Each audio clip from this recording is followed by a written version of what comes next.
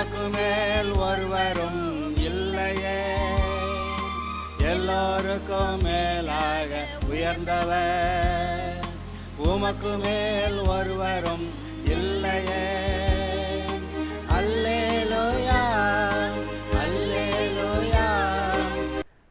இன்னொரு வசனத்தை உங்களுக்கு மத்தேயு சுவிசேஷம் 18வது அதிகாரம் 21வது வசனத்திலிருந்து வாசிக்கிறேன்.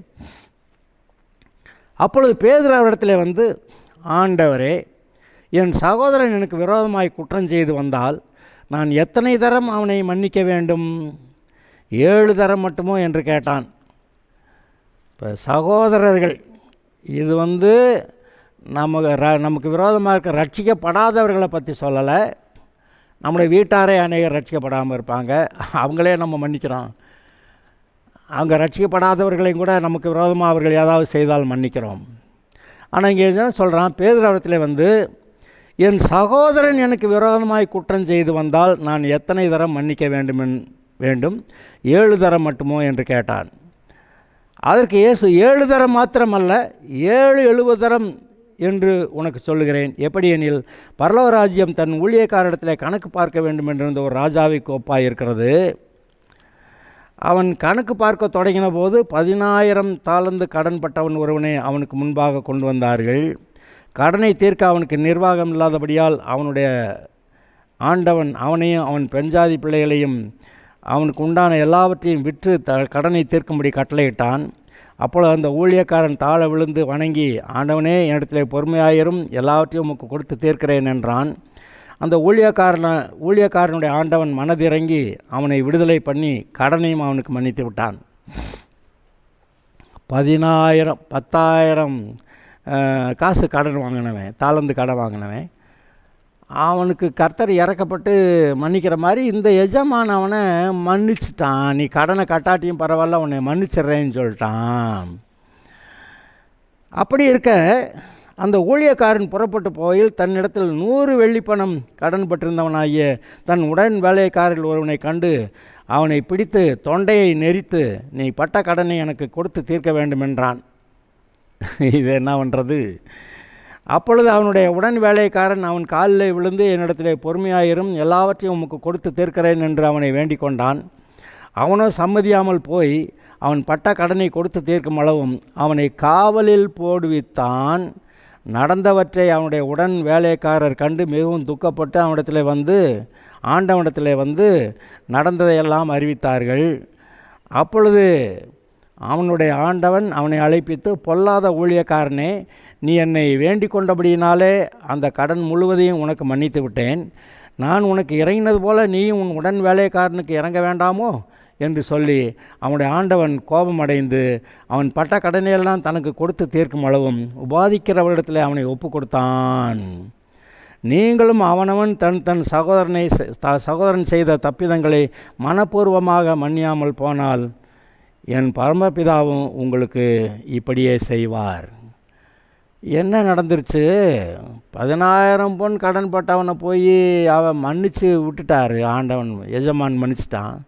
ஆனால் இவன் போய் 100 பவுன் கடன் பட்டவனை போட்டு இந்த மாதிரி ஜெயிலில் போடுறான். இந்த விஷயம் எஜமான்கிட்ட போயிடுச்சு. அப்போ அவனை கூப்பிட்டு, ஏண்டா, நான் மன்னிச்சனே, 10,000 நான் மன்னிச்சனே, நீ அவனுக்கு 100 மன்னிக்கக்கூடாதான்னு சொல்லி, இப்போ என்ன நடந்துருச்சு? அந்த 10,000 காசு கடன் பட்டதையும் திருப்பி கட்டணும்னு சொல்லிவிட்டான். அது வரைக்கும் போய் ஜெயிலில் கடை அப்படின்னு சொல்லிவிட்டான். உபாதிக்கிறவர்களிடத்திலே ஒப்பு கொடுத்தான், அப்படி எழுதியிருக்கு. அந்த கடனை கொடுத்து தீர்க்கும் அளவும் உபாதிக்கிறவர்களிடத்திலே அவனை ஒப்பு கொடுத்தான். இதனால தான் அநேக சமயங்களில் நம்ம யாருக்காவது மன்னிக்க வேண்டியதை மன்னிக்காமல் இருந்தால் தேவையற்ற உபாதைகள் நம்முடைய வாழ்க்கையில் ஏதோ வந்துடுது அப்படிங்கிறது நம்ம நினைக்கிறோம். ஆக பேதுரு கேட்டானே, என் சகோதரன் எனக்கு விரோதமாய் குற்றம் செய்து வந்தால் நான் எத்தனை தரம் மன்னிக்க வேண்டும்? 7 தரம் மட்டுமோ என்றான். அதற்கு இயேசு, 7 தரம் மட்டுமல்ல, 70 தரம் என்று நான் உங்களுக்கு சொல்லுகிறேன். ஆமாம், எத்தனை தடவை சொன்னால் குற்றம் செய்தாலும் மன்னிக்க சகோதரருக்குள்ளே, திரும்ப சொல்கிறேன், சகோதரருக்குள்ளே, விசுவாசிகளுக்குள்ளே ஒருத்தருக்கு ஒருத்தர் குறை செஞ்சுட்டான், குற்றமாயிருச்சு அப்படின்னு சொன்னால் மன்னிச்சிருங்கன்றாரு. இது ஏன்னு கேட்டால் பல சமயத்தில் விசுவாசிகளாகிய நான் மனம் திரும்பிடுறேன் ஆண்டவரே அப்படி சொன்ன ஒரு பாடு கூட கொஞ்ச நாள் கழித்து மறுபடியும் அந்த பாவத்தில் விழுந்து, அப்புறம் மனம் திரும்பி, அப்புறம் கொஞ்ச நாள் கழித்து மறுபடியும் அதில் தானே விழுந்து, அப்புறம் கொஞ்ச நாள் கழித்து மறுபடியும் அதில் விழுந்துடுறமே. அப்போ கர்த்தர் பார்த்தியாண்டா நீ திரும்ப திரும்ப இந்த பாவத்தில் விழுந்துக்கிட்டு இருக்க, உன்னை மன்னிக்க மாட்டேன் அப்படி சொன்னால் என்னத்துக்காகிறது? அதனால் இன்றைக்கு நம்முடைய வாழ்க்கையிலுமே பல சமயத்தில் விட்டதுக்குள்ள பாவத்துக்குள்ளே திரும்ப போய் இப்படியெல்லாம் ஆயிடுறதுனால உனக்கும் மன்னிக்கப்படணும், அவனுக்கும் மன்னிக்கப்படணும். அதனால் அவனை மன்னிச்சிரு அப்படின்றாரு. அவனை நியாயத்தீர்ப்பில் போட்டேன்னாக்கா நானும் உன்னை நியாயத்தீர்ப்பில் போட வேண்டியிருக்கும் அப்படின்றாரு. இந்த சமயத்தில் 2 கொரிந்தியர் 10வது அதிகாரம் 4வது 5வது வசனங்களை நீங்கள் வாசித்து பார்த்தா அது உங்களுக்கு பிரயோஜனமாக இருக்கும்.